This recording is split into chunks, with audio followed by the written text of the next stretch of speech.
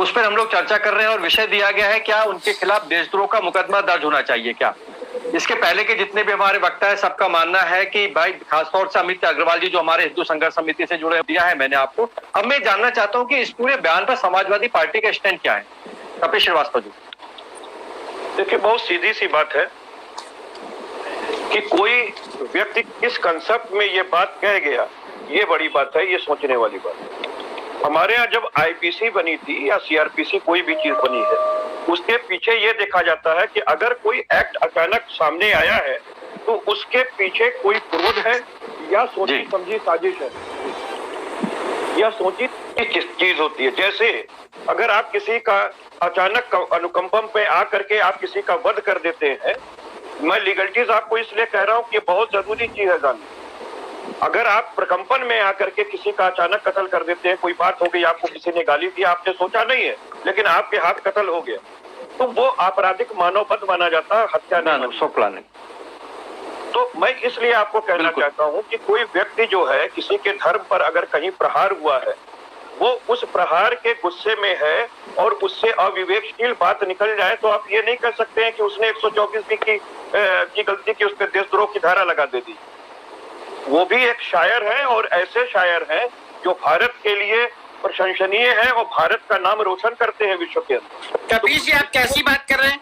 आप कैसी बात कर रहे हो? किस लिए प्रशंसनीय? अभी एक सेकंड बात एक सेकंड।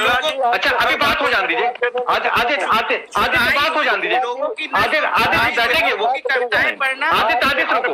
आदित्य रुको आप। रुको पूरी बात करें, उसके बाद डिबेट का पूरा समय है अपने पास में है। मैं ये हर बातों का जवाब देने में कपिल जी और ऐसे जवाब दूंगा कि आपको मैं ऐसे 20 लोगों का उदाहरण दे दूंगा कि जिन्होंने राष्ट्रद्रोह किया है खड़ा खड़ा और आपने कोई कार्रवाई नहीं की। इसलिए शांति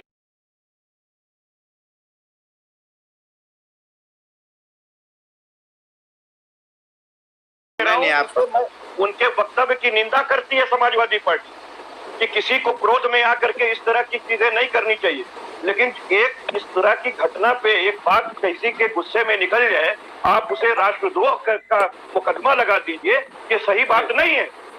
मैं ये बात कह रहा हूँ, इस बात को आप सोचिए कि आपने जीवन भर अगर माँ भारती की सेवा की और देश के लिए काम किया है और एक क्षण में क्रोधित होकर आपने मुझे हत्या की धमकी दे दी। उन्होंने कोई देश सेवा नहीं की, उन्होंने कोई देश सेवा नहीं करता है, वो भी कर सकते हैं, आपने नहीं की। हमने 2 मिनट बात हो जान देते कपिल जी की बात हो जान दीजिए। ऐसा नहीं पड़ी है, कपिल जी की बात हो जान देते, पूरी बात होने दीजिए। मुनव्वर राणा जैसे लोगों की शायरी हम पढ़ने की पूरी बात हो जाती है, उसके बाद है आदित्य जी बात हो जान दीजिए एक बार, पूरा समय है अपने पास। मध्य प्रदेश के भाई श्रीवास्तव की चुराई हुई नस्ल को उन्होंने पढ़ा, उसी से उन्होंने तालियां बटोरी, उसी समझ में आएगा। आप जैसे लोग केवल जो है नागपुर के संविधान से चलते हैं, देश के संविधान में आप मोहन भागवत आपने तिरंगे का अपमान किया। 60 साल आपने भारत के तिरंगे को नहीं अपनाया। आप लोग तो राष्ट्रद्रोही व्यक्ति हो। भारत के तिरंगे को हम दिल से नमन करते हैं। भारत का तिरंगा हमारे जहन में है, हमारे दिल में है। आप लोग गोडसे की पूजा करने वाले लोग हैं, आप लोग नफरत फैलाने वाले लोग हैं, आप पे राष्ट्रद्रोह की धारा लगनी चाहिए।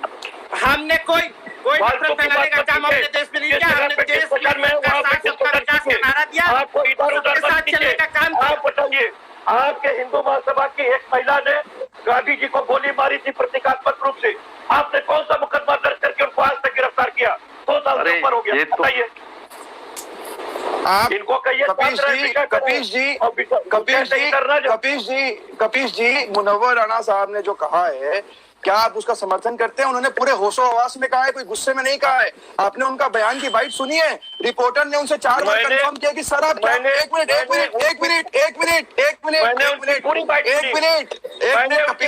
कपिल जी एक सेकेंड आप रिपोर्टर ने 3 बार सर आप क्या कह रहे हैं, सर आप क्या सर कलम कर देंगे?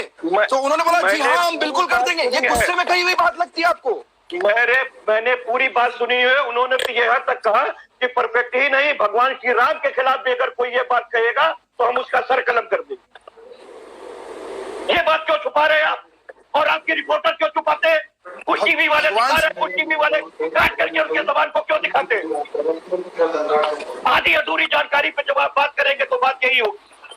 मतलब अगर भगवान श्री राम पे, सुनिए मेरी, नहीं भगवान श्री राम पे कुछ बोलेगा तो मतलब सर कलम करना ही उनकी नजर में सर कलम करना ही एक ये सर कलम कर देंगे। आप उनके खिलाफ सर कलम कर देंगे। ये उनकी मानसिकता को दर्शाता है। ये मानसिकता है, आप उस मानसिकता का समर्थन करते हैं, आप सर कलम करने का समर्थन करते हैं, आप सर कलम करने का समर्थन करते हैं। आप नहीं, सिर्फ ये बोल देना कि राम जी के खिलाफ बोलने पर आप मेरी बात सुनिए, आपको सुनना पड़ेगा। आप मेरी बात सुनिए, आपने श्री राम जी के बारे में बोला, श्री राम जी के बारे में बोले तो हम सर कलम कर देंगे। क्या सर कलम करना उपाय? आप तो सर कलम कर देते हैं। समर्थन किया है। आप लोग महात्मा गांधी को नहीं छोड़े। समाजवादी पार्टी के लोग, समाजवादी पार्टी के मुखिया का ही बयान है कि मैं मुसलमानों के लिए ही जीऊंगा, मुसलमानों के लिए ही मरूंगा। ऐसे समाजवादी पार्टी के भाई से हम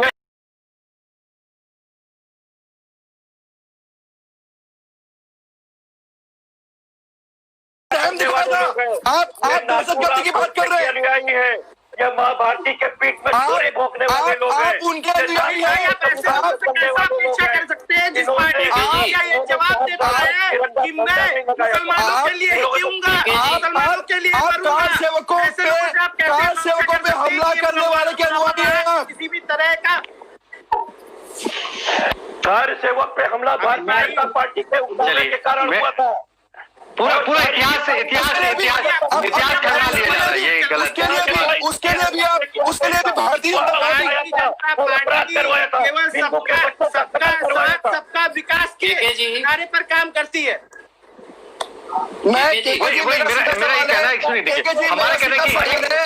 मेरा सीधा सवाल ये है, कपिल सिंह,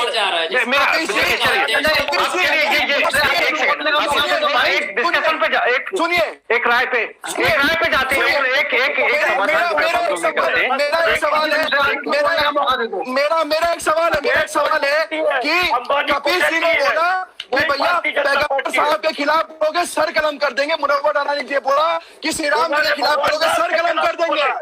तो सर कलम करना, मैं भगवान श्री राम के खिलाफ आप बोलेंगे सर कलम कर देंगे, मुनव्वर राना जी ने बोला, तो क्या सर कलम करना एक उपाय है क्या? अरे मुझे बताइए भाई, किसी दूसरे को बोलने दो। पांडे ने महात्मा गांधी को उनकी मानसिकता यही है। भारतीय जनता पार्टी की सरकार ने आज तक क्या किया? शकुन पांडे की गिरफ्तारी हुई, सजा हुआ, क्या किया भारतीय जनता पार्टी की सरकार? बोलने का मौका दीजिए। इस तरह कैसे बैठेंगे, कैसे बात करेंगे? चलिए अब ये एक अश्वनी जी कुछ कपिल सिंह को नॉस्टैल्जिया हो गया, आज 1947 पे जा रहे हैं।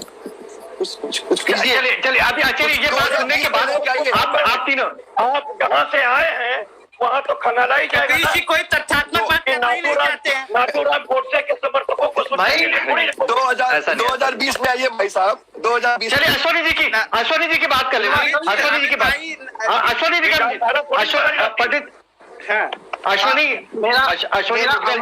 मुदगल जी की बात सुन लीजिए। अश्वनी मुदगल जी की बात सुन लीजिए। अश्वनी जी बोलिए।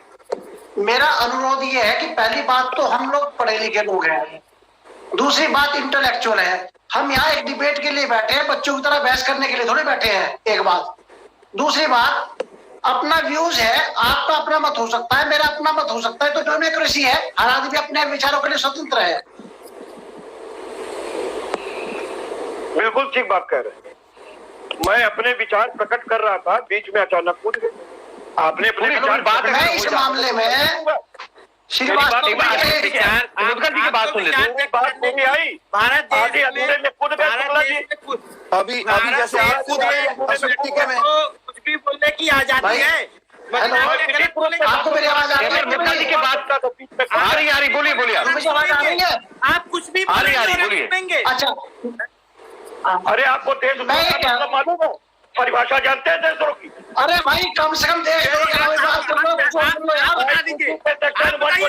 परिभाषा क्या जो मुनव्वर राणा ने किया वो देशद्रोह नहीं है? आज नहीं, उन्होंने पिछले कई वर्षों में कई बार उन्होंने एक बार सरकार अश्विनी मुद्गल जी से पूछ रहे थे कि राष्ट्र उन्होंने अश्विनी मुद्गल साथियों के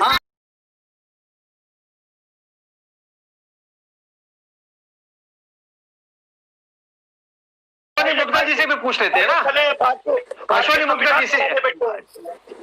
चलिए कपिल जी मना कर रहे हैं कि देशद्रोह नहीं है। आप जो है आदित्य और अमित जी कह रहे हैं कि देशद्रोह है। मेरा भाव नहीं है। मुझे तो आप बोलने नहीं दिए, मेरी पूरी एक बार मुझे लगता है अरे पहले कपिल जी को 3 मिनट सुन लीजिए। हो जाएगा। कपिल जी को 3 मिनट सुन लिया जाए। कपिल जी बोलिए आप। देखिए मैं एक बहुत सीधी सी बात कह रहा हूँ कि जब आप वो शांति से सुना जाए। हाँ मैं सिर्फ एक बात कह रहा हूँ, जब आप ये कहते हैं कि कानूनन कार्रवाई की जाए, जब आप ये कहते हैं कि इन पर राष्ट्रद्रोह लगा दिया जाए, तो कानून क्या कहता है ये भी तो जानना चाहिए ना। मैं तो वही समझा रहा हूँ। मैंने यही कहा कि हत्या और आपराधिक मानववध के में क्या अंतर है। एक में आजीवन कारावास है और एक में 7 साल तक की ही सजा दी जा सकती है, उससे ज्यादा नहीं दी जा सकती है। तो आखिर ये क्यों है? ये इसलिए है कि प्रकोपन हो रहा है तो मानववध हुआ, और प्रकोपन नहीं हो रहा है, सोची समझी साजिश के तहत वाइटल पार्ट ऑफ बॉडी पे चोट पहुंचाई जाती है, मृत्युकारित होती है, तो वो हत्या का मुकदमा होता है। वही मैं इन लोगों को समझा रहा हूँ। अभी आपने एक सही कह रहे हैं आप। उन्होंने जो बात कही कि सर कलम किया, ये आपराधिक अभित्रास में आता है, यह कानूनन अपराध है। मैं इस बात की पुष्टि कर रहा हूँ और आपके उनके इन शब्दों की निंदा करता हूँ, चाहे वो भगवान श्री रामचंद्र के पक्ष में होते हुए कही जाए या पैगंबर साहब के पक्ष में होती जाए। लेकिन जब आप ये कहेंगे इन पे देशद्रोह का मुकदमा होना चाहिए, तो मैं कहूंगा, क्योंकि मैं कानून का जानकार हूँ, इसलिए कहूंगा कि ये गलत बात है। इसलिए मैं ये कहूंगा कि ये गलत बात है। क्यों? क्योंकि 124 के अंदर जो परिभाषित किया गया है राष्ट्रद्रोह को, शायद ये लोग नहीं जानते। राष्ट्र के प्रति अगर अतिरिक्त मान शब्दों का प्रयोग किया गया है या कोई गतिविधियां और कार्रवाई की गई है, तब वो राष्ट्रद्रोह है।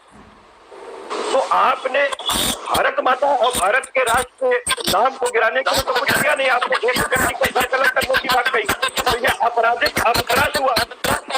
और इसमें अगर बहुत कुछ जोड़ सकते हैं तो आप किसी की आस्था अगर दुखा रहे हैं तो 153 जोड़ लीजिए, तो इससे अतिरिक्त धारा नहीं बनती। ऋतु जी कपिल जी कौन से धारे पे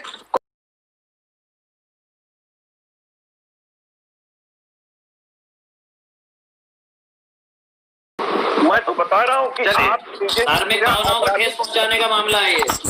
मैं डेफिनेटली कल रायपुर के अंदर इसी धारा पे केस दर्ज कर रहा हूं। और किसी का आपराधिक अभित्रास कराइए, उस धारा में कराइए।